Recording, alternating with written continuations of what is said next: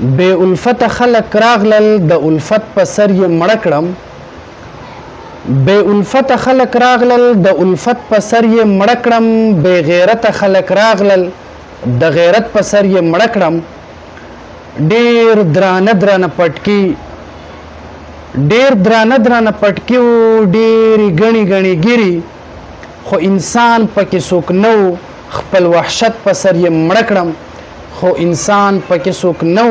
خپل وحشت په سر یې مړه کړم نه دلیل منی قرآن ستا نه نکاح ورته سخکاری نه دلیل منی قرآن ستا نه نکاح ورته سخکاری مینه تا راکړه فطرت کې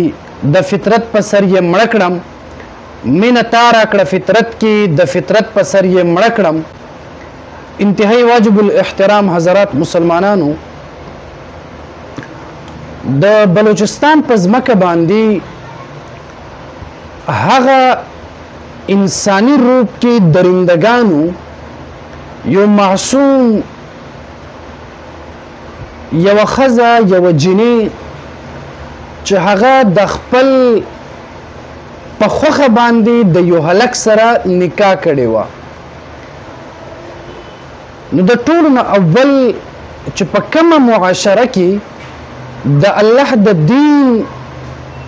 او د رسول الله صلی الله علیه وسلم د سنت طریقې په عمل کېږي په هغه باندې عمل نه کېږي په هغه ځمکه باندې جهالت په عروج باندې شي او خلقونه انساني روپ کې درندگان جوړ شي یقینا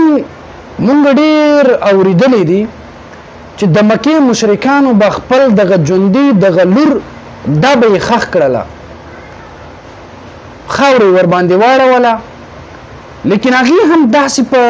درندګي انداز سره خپل مخې ته د خپل تورسري دغه وینه دا یې نه تووله او بیا هغه خلکو هم د غیرت په نوم باندې خپل دغه لوریان خښوله لیکن د خلکو د نظرونو نه لري د خلکو نه هم په پټه باندې لیکن په موجوده دور کې چې کم ظالمان کم بے رحمه خلق چې دی هغه د یو انسان وینه د یو انسان قتل او د یو انسان دغه جسم په وینو باندې سره کول او بیا په هغه باندې فقر محسوسوي نو یقینا زمونږ د معاشره د جهالت په انتها باندې رسیدلې ده قرآن کې الله رب العالمین فرمایي فانكحوا ما طاب لكم من النساء او په دې آیت کې څنګه چې حکم د نارینو د پاره دی هم دغه شان دی د زنانو د پاره هم دغه حکم دی چې ښځه به هم له هغه چا سره نکاح کوي د کم څوک چې د دې ښځې خوښ وي او موږ پښتانه دا عیب ګڼو زموږ په دغه ذهن کې فتور پروت دی زمون په دغه ذهنونو کې جهالت هغه مضبوط شوی ده چې څنګه به یو ښځه په خپل خوښه باندې به نکاح کوي آیا موږ د محمد رسول الله صلی الله علیه وسلم د ژوند سیرت دا موږ ولې نه ګورو چې حضرت فاطمه رضی الله عنها هغه د جنت د ښځو سرداره به وي او د محمد رسول الله صلی الله علیه وسلم د سترګو یخوالی او ټنډک وو لیکن چې کله هغې نکاح وخت راځي د دو جهانو سردار محمد رسول الله صلی الله علیه وسلم چې هغه امام الانبیا دی هغه د فاطمه رضی الله عنها نه پوښتنه کوي چې آیا ته د علي رضی الله عنه سره نکاح کول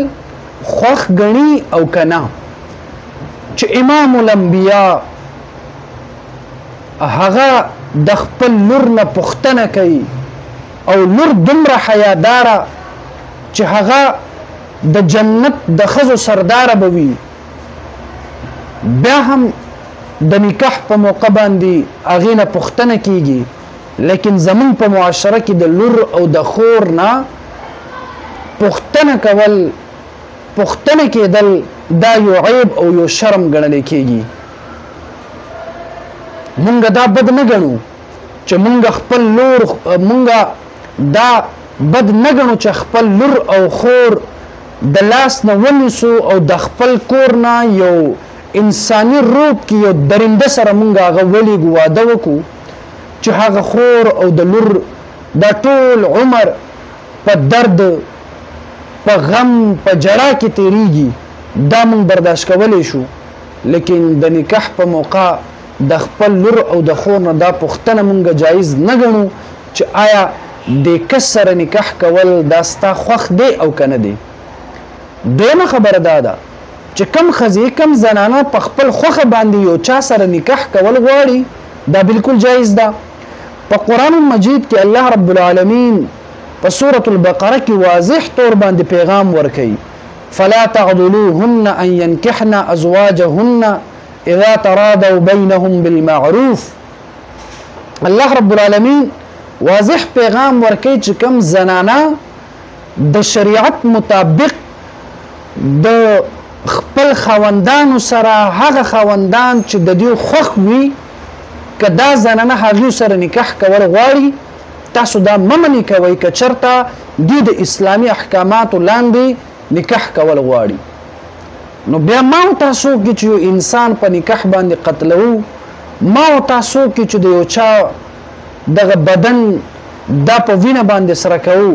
ولې د الله کتاب نه دومره لري ولې د الله کتاب ته دغه مونږ رجحان نه کوو ولې د الله رب العالمین کتاب ته مونږ سترګې پټې کړې ده الله رب العالمین خو په خپل کتاب کې فرمایي من قتل نفسا بغیر نفس او فساد فی الارض فكأنما قتل الناس جميعا نن د الله کتاب نه دا صداګانې خیږي چې که څوک هم بې قصوره یو انسان قتل کی دا د یو انسان قتل نه ده بلکې دا د ټول انسانیت قتل ده نن د بلوچستان په ځمکه باندې دغه یو زنانه قتلېدل دا صرف او صرف د یو زنانه قتل نه ده بلکې دا په مخ د ځمکه باندې د ټول انسانیت قتل ده بیا زه خپل پښتنو دغه خلکو ته یو پیغام ورکوم چې ګوره دغه شانتي واقعات دا کله په معاشره کې عام کیږي دغه شانتي جرأت کله د چا په زړه کې پیدا کیږي چې یو څوک د خپل پلار او د مور د خور او د رور دغه عزت خیال ونه ساتي او د خپل کور نه یو خپل د خوښې انسان سره په تیښته باندې مجبور شي دا صورت هله جوړیږي چې مونږ کله د الله رب العالمین دغه کتاب دا مونږ پرېږدو کله چې د الله په حکم باندې عمل کول دا مونږ پرېږدو که چېرته په معاشره کې دغه مظلوم زنانو نه که دا پوښتنې کېدلې دغه ماشومانو نه که دا پوښتنې کېدلې که دغه پیغلو جنکو نه دا پوښتنې کېدلې چې آیا یو چا سره نکاح کول غواړي یو چا سره چې نکاح کوي دا د خوښ دی او که نه دی که چېرته هغې په زړه کې یو انسان سره مینه وي محبت وي او هغې سره خپل ژوند په حیا عزت په پاک دامنه کې تیرول غواړي که چېرته دغه تپوسونه په معاشره کې عام شي بیا به یو څوک د کوره نه تښتي دا هم زموږ د مشرانو غلطي ده چې خپل د خویاندو خپل د لوریانو دغه جنکونه پوښتنې نه کوو خو چې کله جنې د خپل زړه د خپل د زړه تمنا د خواهش د مینې محبت نه مجبوره شي که چېرته هغه کور کې اقرار هم وکړي بیا هم هغې د خوښې هغه هلک سره د دې نکاح دا بد ګڼلی کېږي او نکاح نه کېږي نو چې کله داسې قسمه معاشره کې جهالت په عروج باندې شي نو بیا به خامخا کورونو کې دغه شانتې قصې دا به لازمي راځي نو باید مسلمانان په خپل معاشره کې جوړول غواړي نو د الله د کتاب په حکمونو باندې عمل وکړي او د رسول الله صلی الله علیه وسلم دغه طریقې دا خپل کوي د صحابو هم دغه طریقه وه حضرت علی رضی الله عنه چې کله خپل لور مبارک نکاح کوله نو هغې هم خپل لور نه پوښتنه مشوره باقاعده کړې وه چې آیا تل حضرت عمر رضی الله عنه سره نکاح کول غواړي او که نه بلکې هغې به یو بل کتل صحابه کرامو چې کم جنې او هلک یو بل سره نکاح کوله باقاعده یو بل کتل به نن زما معاشره کې که تاسو وګورئ په دې معاشره کې هر چاته پته وي چې زما نوجوان هلک دا پردې تورسري سره خبره کوي په ټلیفون باندې دا دومره بد نه ګڼو لیکن کله چې داسې قسمه د کور نه هلک او جینۍ لاړ شي بیا موږ قتلونه کوو په کار دا ده چې څه ټایم درته پته ولګېدله چې ستا زما خور لور دا یو چا سره په زړه کې مینه لري یا یو چا سره د شریعت په اصولو کې دننه نکاح کول غواړي چې باید هغه د نکاح نه منع نه کړی شي نو داسې قسمه واقعه دا به معاشره کې نه راځي او یو ځل بیا وایم چې دغه پښتنو یقینا د جهالت انتها کړې ده یقینا په انساني روپ کې د درندګي او د زناورتوب انتها کړې ده یقینا